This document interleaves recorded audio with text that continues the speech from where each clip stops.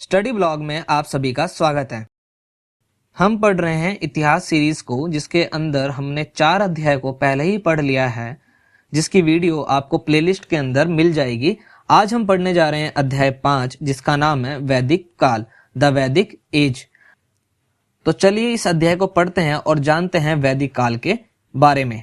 भारत में आर्यों द्वारा सप्त सैंधव क्षेत्र में जिस संस्कृति का विकास हुआ उसे वैदिक संस्कृति के नाम से जाना जाता है। वैदिक संस्कृति के लोगों के आर्थिक, सामाजिक एवं राजनीतिक जीवन तथा उनकी सैद्धांतिक अवस्थाओं को जानने के लिए इसे 2 काल, पूर्व वैदिक अर्थात ऋग्वेद काल एवं उत्तर वैदिक काल में बांटा जाता है।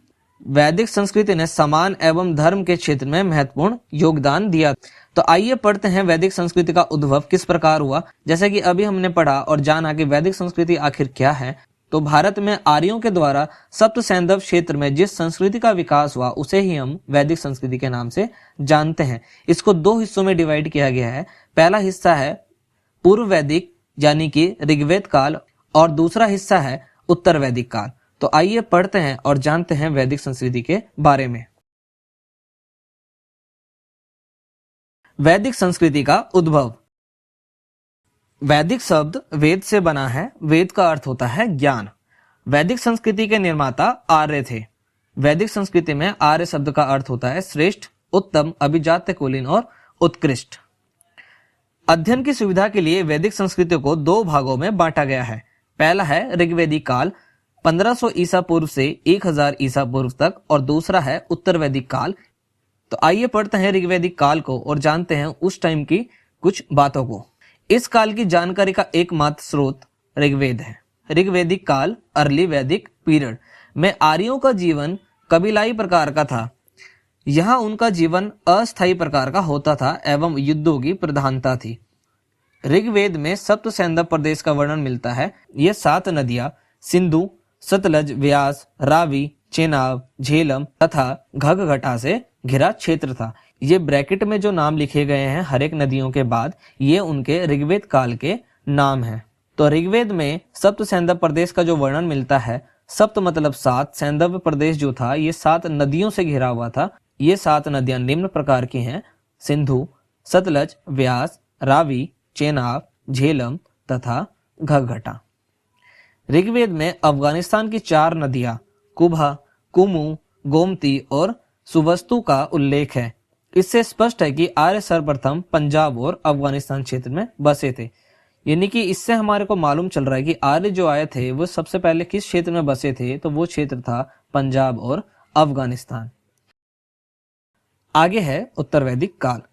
इस काल के अध्ययन के लिए सामवेद, यजुर्वेद, अथर्ववेद तथा ब्राह्मण वेद उपयोगी है। उत्तर वैदिक काल में आर्यों के जीवन में स्थायित्व आया, यानी कि उत्तर वैदिक काल में ये लोग बसने लगे थे, एक जगह रुकने लगे थे, जबकि ऋग्वेदिक काल में ये लोग बसा नहीं करते थे। कृषि का महत्व व्यापक रूप से बढ़ा तथा विंध्याचल के उत्तर के संपूर्ण क्षेत्र में पहुंचने में सफल हो गए थे। हमने अभी तक पढ़ा ऋग्वेद काल के बारे में और उत्तर वैदिक काल के बारे में। अब हम पढ़ेंगे वैदिक साहित्य के बारे में। तो इसमें जो अगला पॉइंट है वो है वैदिक साहित्य, लिटरेचर ऑफ वैदिक पीरियड। वैदिक साहित्य में 4 वेद एवं उसकी संहिताओं, ब्राह्मण, आरण्यक, उपनिषदों एवं वेदांगों तथा सूत्र साहित्य को शामिल किया गया है। अपौरुषेय का कहा गया है, जिसका अर्थ मनुष्य द्वारा नहीं रचित है, यानी कि मनुष्य ने इसको नहीं रचा है, तथा नित्य यानी शाश्वत बताया गया है। गुरु द्वारा शिष्यों को मौखिक रूप से कंठस्थ कराने के कारण वेदों को श्रुति कहा गया है। यानी कि गुरु जो हैं वो शिष्यों को मौखिक रूप से कंठस्थ कराते थे, इसलिए वेदों को श्रुति भी कहा जाता है। आगे बढ़ते हैं और जानते हैं वेद के बारे में। वेद का अर्थ है जानना अथवा ज्ञान। वेदों का संकलन करता कृष्ण द्वैपन्न वेद व्यास को माना जाता है। ये नाम बहुत इंपॉर्टेंट है कि वेदों के संकलन करता कौन है, तो वो कृष्ण द्वैपन्न वेद व्यास हैं। वेदों को अपौरुषेय अर्थात देवकृत भी माना जाता है। इसका मतलब कि वेदों को मनुष्य ने नहीं बल्कि देवों ने बनाया है। ऋग्वेद, सामवेद, यजुर्वेद और अथर्ववेद, इन 4 वेदों को संहिता कहा जाता है। इन 4 वेदों के संकलनकर्ता कौन है, तो वे हैं कृष्ण द्वैपन्न वेद व्यास। यानी कि इन 4 वेदों को क्या कहा जाता है, तो इनको संहिता कहा जाता है। और इन वेदों के संकलनकर्ता कौन है, तो वे हैं कृष्णद्वैपायन वेद व्यास। इन वेदों के सम्मिलित संग्रह को वेद त्रयी कहा जाता है। तो हमने जाना कि वेद का मतलब क्या होता है, वेद का मतलब होता है ज्ञान। वेद के संकलनकर्ता कौन है, तो वे हैं कृष्णद्वैपायन वेद व्यास। और हमारे 4 वेद कौन से हैं, तो वे हैं ऋग्वेद, सामवेद, यजुर्वेद और अथर्ववेद। इनको क्या कहा जाता है, इनको संहिता कहा जाता है। और इन वेदों के सम्मिलित संग्रह को वेदत्रयी कहा जाता है। आइए पढ़ते हैं ऋग्वेद के बारे में। ऋग्वेद विश्व का प्रथम ग्रंथ है, यानी कि सबसे पहला ग्रंथ कौन सा है, तो वो ऋग्वेद है। इसकी रचना लगभग 3500 वर्ष पूर्व हुई थी। इसमें 1000 से ज्यादा प्रार्थनाएं हैं जिन्हें सूक्त कहा जाता है। तो ऋग्वेद में प्रार्थनाओं को क्या बोला जाता है, तो इनको सूक्त कहा जाता है। इसमें कुल 1028 सूक्त हैं। इसकी भाषा पद्यात्मक है। यह देवताओं को स्तुति के संबंधित रचनाओं का संग्रह है। इनमें 3 देवता बहुत महत्वपूर्ण हैं, अग्नि, इंद्र और सोम। ऋग्वेद 10 मंडल में विभक्त है, यानी ऋग्वेद में कितने मंडल हैं, तो 10 मंडल है। इसमें 2 से 7 तक के मंडल प्राचीनतम माने जाते हैं, यानी कि वे बहुत ही पुराने माने जाते हैं। प्रथम एवं दसम मंडल बाद में जोड़े गए हैं। प्रसिद्ध वाक्य अस्तोमा सद्गमय ऋग्वेद से लिया गया है। अस्तोमा सद्गमय का मतलब होता है मुझे असत्य से सत्य की ओर ले चलो। और प्रसिद्ध गायत्री मंत्र ऋग्वेद के 3रे मंडल में है। यानी कि गायत्री मंत्र कहाँ लिखा गया है, तो गायत्री मंत्र जो है वो ऋग्वेद के 3रे मंडल में लिखा गया है। ऋग्वेद की भाषा प्राक संस्कृत या वैदिक संस्कृत कहलाती है। यह भाषा सामान्य संस्कृत से भिन्न है। तो हमने जाना ऋग्वेद के बारे में कि ये आज से 3500 वर्ष पुरानी है। इसके अंदर 1028 सूक्त हैं। सूक्त को हम प्रार्थनाएं कहते हैं। ये प्रार्थनाएं देवताओं के लिए लिखी गई हैं। इसमें 3 देवता बहुत महत्वपूर्ण हैं, जो हैं अग्नि, इंद्र और सोम। ऋग्वेद में 10 मंडल हैं, जिसमें 2 से 7 तक तो प्राचीन है और प्रथम एवं दशम मंडल बाद में जोड़े गए हैं। प्रसिद्ध वाक्य अस्तोमा सद्गमय ऋग्वेद से ही लिया गया है। अस्तोमा सद्गमय का मतलब होता है असत्य से सत्य की ओर ले चलो। प्रसिद्ध गायत्री मंत्र भी ऋग्वेद से ही लिया गया है। गायत्री मंत्र ऋग्वेद के 3रे मंडल में लिखा गया है। ऋग्वेद की भाषा जो है वो प्राक संस्कृत या वैदिक संस्कृत कहलाती है। आगे पढ़ते हैं। संस्कृत भाषा के बारे में कुछ बात बताई गई है, तो चलिए पढ़ते हैं। संस्कृत भारोपीय परिवार का भाग है। कुछ भारतीय भाषाएं जैसे असमी, गुजराती, हिंदी, कश्मीरी, सिंधी और कई यूरोपीय भाषाएं जैसे English, French, German, Greek, Italian, Spanish जैसी भाषाएं इसी भाषा परिवार से संबंधित हैं। आगे देखते हैं कि आगे क्या बताया गया है। तो हमने पढ़ा वेद के बारे में, जिसके अंदर सबसे पहले हमने ऋग्वेद को पढ़ा। अब हम पढ़ेंगे यजुर्वेद को। यजुर्वेद में यजु शब्द का अर्थ है यज्ञ। यजुर्वेद में मंत्रों का उच्चारण अर्धवर्धु नामक पुरोहित करता था। इस वेद में अनेक प्रकार के यज्ञों को संपन्न करने की विधियों का उल्लेख है। यानी कि यज्ञ के बारे में कौन से वेद में बताया गया है, तो वो वेद है यजुर्वेद। यह गद्य तथा पद्य दोनों में लिखा गया है। कई बार यह सवाल पूछा जाता है कि ऐसा कौन सा वेद है जो गद्य और पद्य दोनों में ही लिखा गया है, तो वो वेद है यजुर्वेद। यजुर्वेद के 2 मुख्य भाग हैं, कृष्ण यजुर्वेद और शुक्ल। यजुर्वेद के 2 मुख्य भाग हैं, कृष्ण यजुर्वेद और शुक्ल यजुर्वेद। इसमें पहली बार राजसूय तथा वाजपेय जैसे 2 राजकीय समारोह का उल्लेख है। शुक्ल यजुर्वेद को वाजसनेयी संहिता भी कहा जाता है। आगे बढ़ते हैं हम सामवेद के बारे में। सामवेद, साम शब्द का अर्थ है गान। सामवेद में संकलित मंत्रों को देवताओं की स्तुति के समय गाया जाता था। सामवेद में कुल 1875 रचनाएं हैं, जिनमें से 75 के अतिरिक्त शेष ऋग्वेद से ली गई है। यानी 75 को छोड़कर जो 1800 रचनाएं बची हैं वो सारी की सारी ऋग्वेद से ली गई है। इन रचनाओं का गान सोमयज्ञ के समय उद्गाता करते थे। भारतीय संगीत के विकास में सामवेद का महत्वपूर्ण योगदान है। यानी भारतीय संगीत जो हमारा सरगम है वो कहाँ से लिया गया है, तो वो भी सामवेद से ही लिया गया है। आगे पढ़ते हैं हम अथर्ववेद के बारे में। अथर्ववेद की रचना अथर्वा ऋषि द्वारा की गई है। अथर्वा ऋषि के नाम पर ही इसे अथर्ववेद कहते हैं। इस वेद में कुल 20 मंडल, 731 सूक्त एवं 5839 मंत्र हैं। इस वेद के महत्वपूर्ण विषय हैं ब्रह्म ज्ञान, औषधि प्रयोग, रोग निवारण, तंत्र मंत्र, टोना टोटका आदि। इसे ब्रह्म वेद, भैषज्य वेद एवं महिवेद के नाम से भी जाना जाता है। यानी कि ऐसा कौन सा वेद है जिसमें तंत्र मंत्र, टोना टोटका, औषधि के बारे में बताया गया है, तो वो वेद है अथर्ववेद। इस वेद को किसने लिखा था? तो इस वेद को अथर्व ऋषि ने लिखा था, इसलिए इन्हीं के नाम पर इस वेद का नाम अथर्ववेद रखा गया है। आगे है ब्राह्मण ग्रंथ। यज्ञों एवं कर्म कांडों के विधान एवं इसकी क्रियाओं को भली भांति समझने के लिए नवीन ब्राह्मण ग्रंथ की रचना हुई है। यानी कि यज्ञ किस प्रकार किए जाएंगे, किस प्रकार के कर्म कांड किए जाएंगे, इन सभी क्रियाओं को अच्छी तरह से समझने के लिए एक नवीन ब्राह्मण ग्रंथ बनाया गया। यज्ञ के विषयों का अच्छी तरह से प्रतिपादन करने वाले ग्रंथ ही ब्राह्मण ग्रंथ कहे गए। ब्राह्मण ग्रंथों में वैदिक संहिताओं का गद्यात्मक व्याख्या है।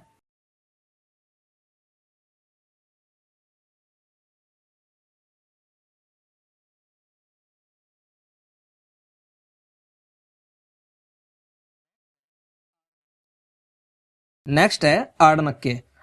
आर्णक्यों में दार्शनिक एवं रहस्यात्मक विषयों जैसे आत्मा, मृत्यु, जीवन आदि का वर्णन है। इन ग्रंथों को आर्णक्य इसलिए कहा गया है क्योंकि इन ग्रंथों को आर्णक्य अर्थात वन में पढ़ा जाता था। अथर्ववेद का कोई भी आर्णक्य ग्रंथ नहीं है। आगे है उपनिषद। उपनिषद का मतलब होता है समीप बैठना, अर्थात ब्रह्म विद्या को प्राप्त करने के लिए गुरु के समीप बैठना। इस प्रकार उपनिषद एक ऐसा रहस्य ज्ञान है जिसे गुरु के सहयोग से ही समझा जा सकता है। यानी उपनिषद का मतलब होता है समीप बैठना, अर्थात ब्रह्म विद्या को प्राप्त करने के लिए गुरु के समीप बैठना। इस प्रकार उपनिषद एक ऐसा रहस्य ज्ञान है जिसे गुरु के सहयोग से ही समझा जा सकता है।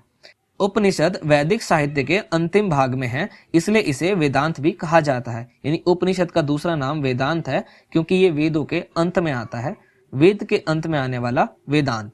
इनकी कुल संख्या 108 है। प्रमुख जो है वे 12 ही उपनिषद है।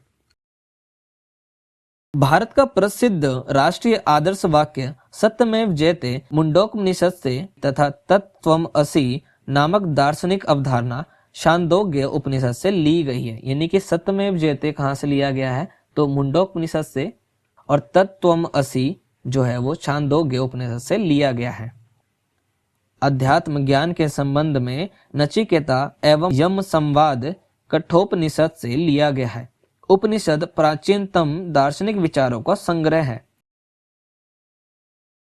अब तक हमने पढ़ लिया है ऋग्वैदिक काल, उत्तर वैदिक काल, वैदिक साहित्य, वेद, ऋग्वेद, यजुर्वेद, सामवेद, अथर्ववेद, ब्राह्मण ग्रंथ, आर्णक्य और अभी हमने पढ़ा उपनिषद।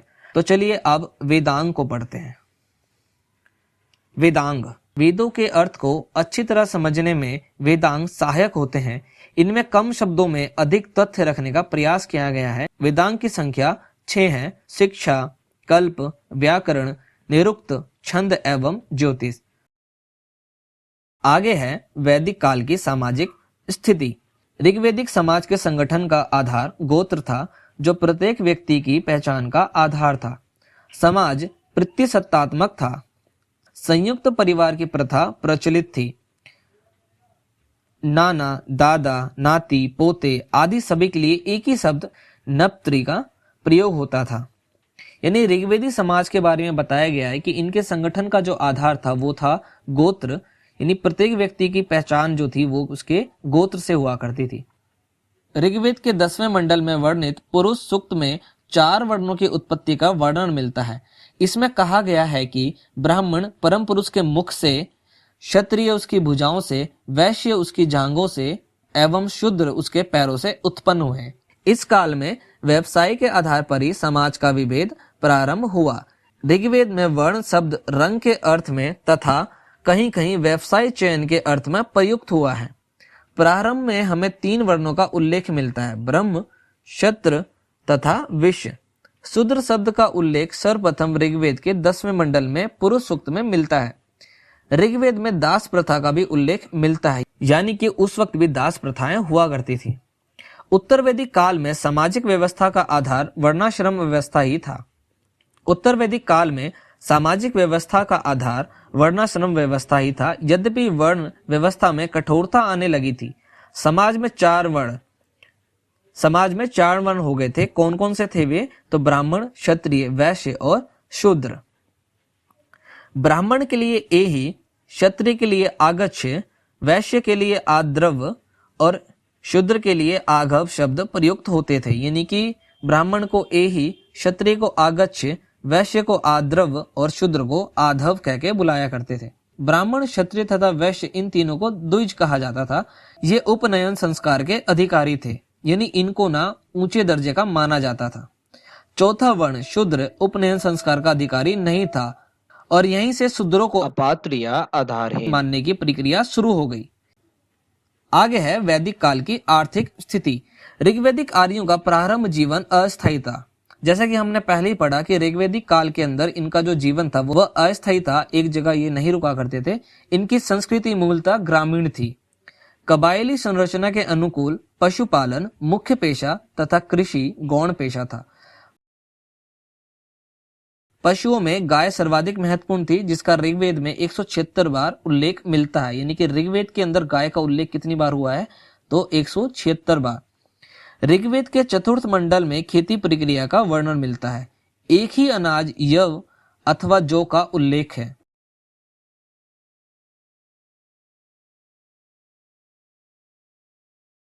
ऋग्वेद आर्यों को 5 ऋतुओं का ज्ञान था, यानी कि इनको 5 सीजनों के बारे में पता था।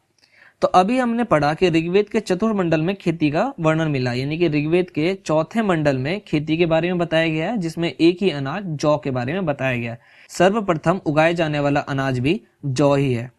ऋग्वेद में आर्यों को 5 ऋतुओं का ज्ञान था, यानी कि इनको 5 सीजनों के बारे में पता था। आगे देखिए क्या बताया गया है। ऋग्वेद में बढ़ई, रथकार, बुनकर, चर्मकार, कुम्हार आदि शिल्पियों के उल्लेख मिलते हैं। यानी कि ऋग्वेद में बढ़ई, रथकार, बुनकर, चर्मकार और कुम्हार इनका भी उल्लेख है। बढ़ई के लिए तक्षण तथा धातुकर्मी के लिए कर्मार शब्द मिलता है। सोना के लिए हिरण्य शब्द मिलता है। यानी कि ऋग्वेद में बढ़ई के लिए तक्षण, धातुकर्मी के लिए कर्मार शब्द मिलता है, जबकि सोना के लिए हिरण्य शब्द का इस्तेमाल किया गया है। ऋग्वेद में कपास का उल्लेख नहीं मिलता है। इसका मतलब ऋग्वेद काल में कपास की खेती नहीं की जाती थी। इस काल में ऋण देकर ब्याज लेने वालों को बेनकाट यानी कि सूदखोर कहा जाता है। यानी कि इस काल में भी ऋण देना, उधार देना और ब्याज लेना चला करता था। उत्तर वैदिक काल में कृषि आर्यों का मुख्य पेशा हो गया, यानी कि अब ये मुख्यतः कृषि क्या करते थे। लोहे के उपकरणों के प्रयोग से कृषि क्षेत्र में क्रांति आ गई, यानी कि लोहे के उपकरण बन गए, जिसके कारण कृषि क्षेत्र में काफी विकास होना स्टार्ट हो गया। यजुर्वेद में लोहे के लिए श्याम अयस एवं कृष्ण अयस शब्द का प्रयोग हुआ है। शतपथ ब्राह्मण में कृषि की 4 क्रियाओं जुताई, बुताई, कटाई और मड़ाई का उल्लेख हुआ। पशुपालन गौण पेशा हो गया। यानी शतपथ ब्राह्मण में कृषि की 4 क्रियाओं जुताई, बुताई, कटाई और मंडाई का उल्लेख हुआ। पशुपालन जो है वो गौण पेशा हो गया, जबकि मुख्य पेशा कृषि हो गया। आगे बढ़ते हैं, देखते हैं आगे क्या बताया गया है।